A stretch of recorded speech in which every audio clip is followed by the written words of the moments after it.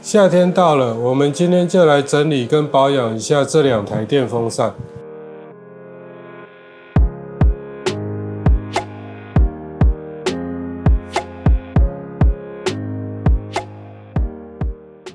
我们之前也有跟各位分享过自己 DIY 清洗冷气，影片连结会放在下方说明栏跟上方资讯卡。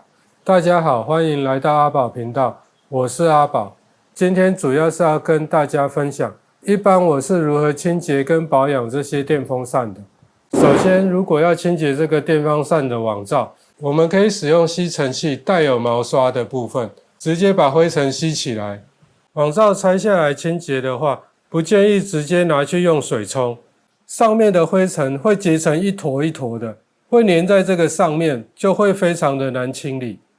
网罩上面白色部分其实是一层白白的塑胶皮，如果你使用菜瓜布的话，就会很容易把那些塑胶皮刮破，就会裸露出里面的铁，铁的部分就会很容易造成生锈，就会像这个样子变得非常的丑。网络上面可以买得到替代的网罩，按照你的电风扇尺寸来买就可以。如果你的叶片拿去用水洗的话，记得要把叶片中间这个洞洗完之后里面会有水，一定要把它甩干再装回去。我们可以看到这个轴心都变成黑色了，已经生锈了。清洁保养另外一个部分，我们就是要保养一下这个电风扇。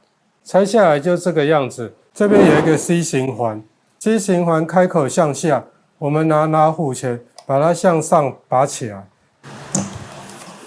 在上面喷一些191或者 WD-40， 把砂纸撕成这样子一小条，我们把这个轴心包覆起来，然后我们打开电源让它旋转。除完锈之后，我们用卫生纸稍微擦一下，擦下来都是锈。我们可以从旁边这个缝隙帮它上油就好，马达的盖子不用拆开。它这个里面的设计就像这个样子，中间那个洞就是让轴心穿过，周围它有一圈黑色的，黑色里面会有一些吸油棉，我们就是要把油上在这个吸油棉上面。如果从外面这边灌的话，效果不好，而且不能持久，所以我们一定要从里面灌，灌到那个吸油棉上面。稍微让它停留1分钟，让那个油渗进去。马达后方这里也有一个吸油棉，这边也要灌一点油进去。灌了油之后，一样可以把电源打开，让它运作几分钟。好了之后，记得要再把这个 C 型环装回去。先装前面这个塑胶盖，再装后面这个罩子，我个人是觉得会比较好装。组装回去之后，这样就 OK 了。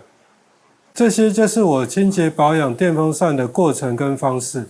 我们今天的影片就跟各位分享到这边。如果喜欢我的影片，记得帮我按个赞，然后分享我的影片哦。